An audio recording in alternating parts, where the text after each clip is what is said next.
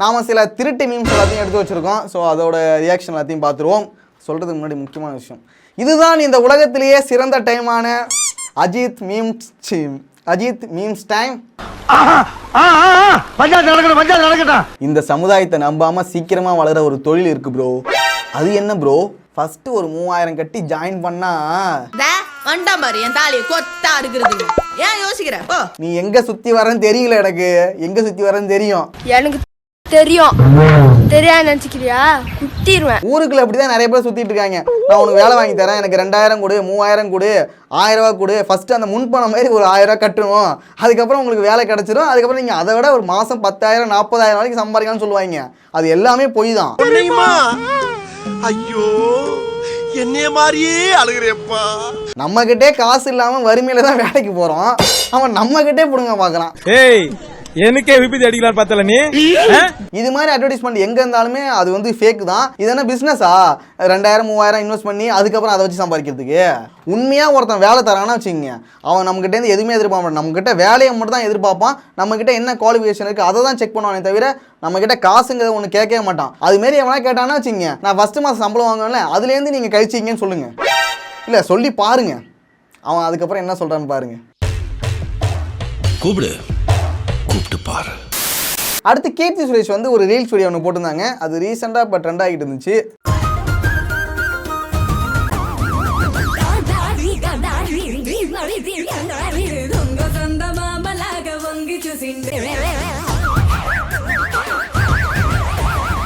இந்த வீடியோவை வேற மாதிரி எடிட் பண்ணி அந்த வீடியோவும் ட்ரெண்ட் ஆகிட்டு இருந்துச்சு. அதையும் பார்ப்போம். தப்பிக்க போறோம்.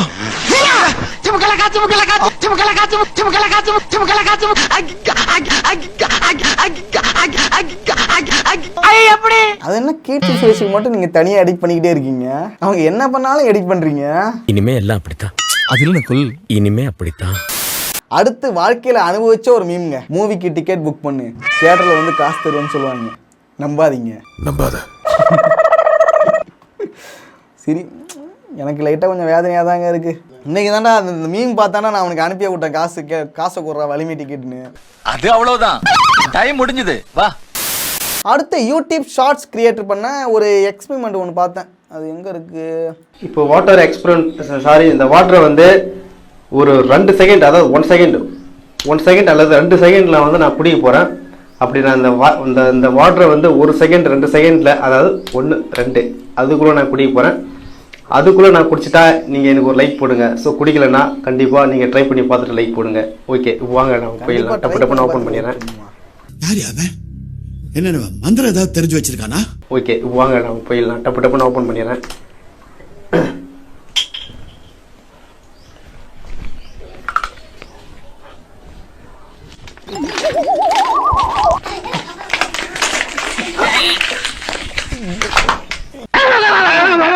பயப்படாத பயப்படாத பயப்படாத. இது புதுசா இருக்கு. நான் வந்து வேற யோசிச்சேன், நடந்தது வேற இருக்கு. இதை நீங்க எதிர்பார்க்க. இவருடைய இந்த திறமையை பாராட்டி லைக் போட்டு நம்ம பாராட்டுவோம். நல்லா இருக்கு ஆக்சுவலா. அடுத்து பீஸ்ட் படத்துலேருந்து ஷூட்டிங் ஸ்பாட்டில் எடுக்கப்பட்ட அந்த ஃபோட்டோஸ் எல்லாமே லீக் ஆகிட்டே இருக்கு.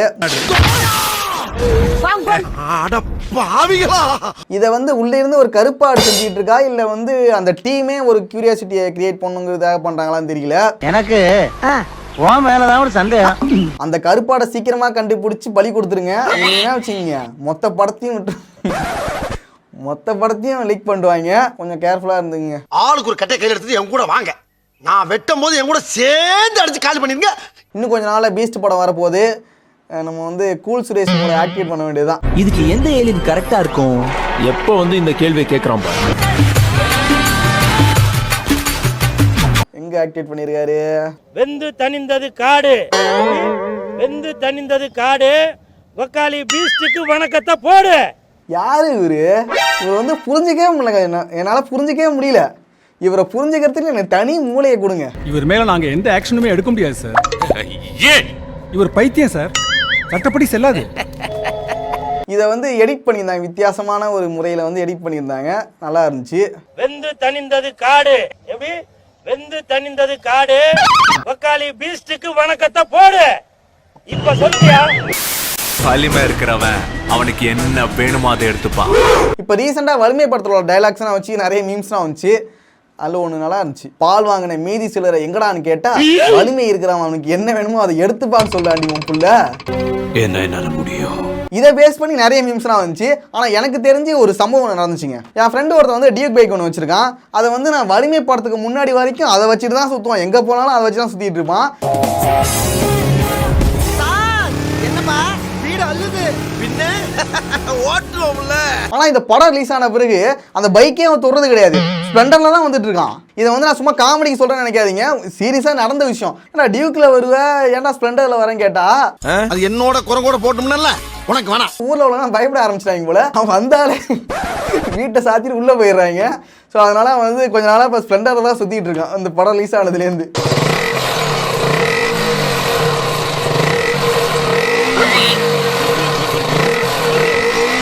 ஆனால் இந்த படம் வந்துட்டு பல பேரோட வாழ்க்கையில் பல தாக்கங்களை உருவாக்கியிருக்குங்க. அடுத்து ஒரு காமெடிங்க. இதை வந்து எத்தனை பேர் கவனிச்சிங்கன்னு தெரியல, ஆனால் இப்போ அது ட்ரெண்ட் ஆகிட்டு இருக்கு. ஜனாதிபதி கிட்ட மெடல் வாங்குறானா, போய் முதல்ல பீடம் வாங்கிட்டு வா போ. 420 இவர்தான் சார்.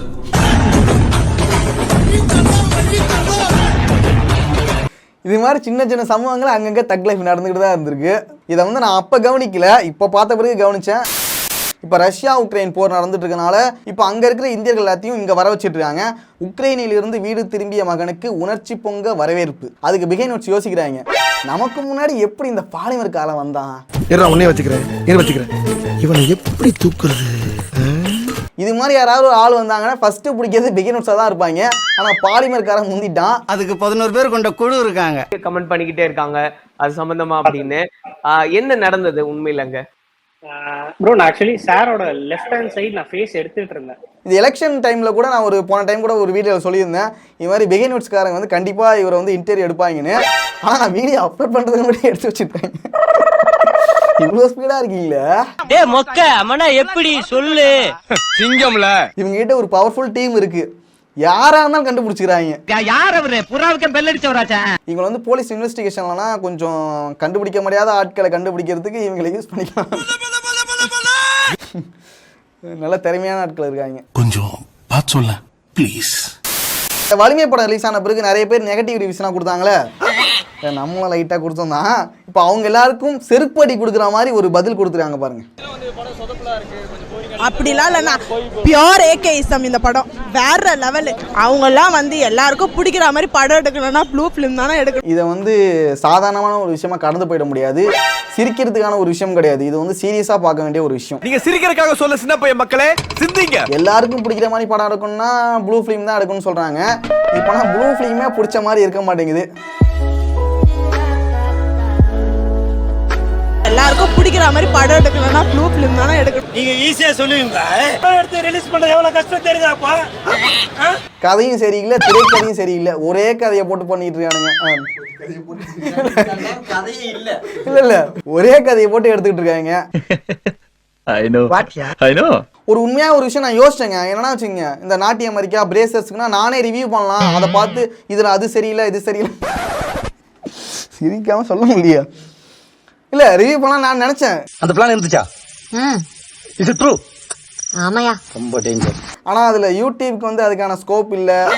அது வந்து யூடியூப்ல வந்து அங்கீகரிக்கப்படலைங்கிற ஒரு விஷயத்தால தான் வந்து அதை நான் கண்ட்ரோல் பண்ணிட்டு விட்டுட்டேன். அன்று நான் அதிர்ச்சி அடைந்தேன், மன உளைச்சலுக்கு ஆளானேன். இப்போ நான் ஒரு வீடியோ பார்க்கணும்னா அது தேடுறதுக்கே 1 hour ஆயிடுது.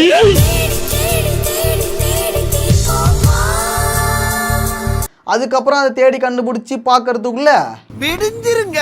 அதனால சவால் விடும்போது சாக்கிறதையா விடணும். தரமில்லாத வீடியோக்களா இருக்கலாம். சரி ஆப்படி போதும் போதும் ரொம்ப போகலாம். யார் என்ன சொன்னாலும் எனக்கு இந்த படம் பிடிக்கும்னு நீங்கள் சொல்கிற படம் எது? Be honest. எனக்கு பிடிச்ச படம்னா அது அந்த போஸ்ட்டு கீழே வந்து கமெண்ட்ஸ்லாம் வந்துச்சு. சகுனி உண்மையாக எனக்கு பிடிக்கும். வந்து நிறைய பேர் வந்து அது பிடிக்கல, ஓடல படம் அப்படின்னு சொன்னால் கூட எனக்கு பிடிக்கும். அதே மாதிரி நீதானே என் பொண்ணு வசந்தம் படமும் பிடிக்கும் எனக்கு ரொம்ப. ஸ்கூலில் போனால் கொஞ்சம் நல்லாயிருக்கும். அடிக்கடி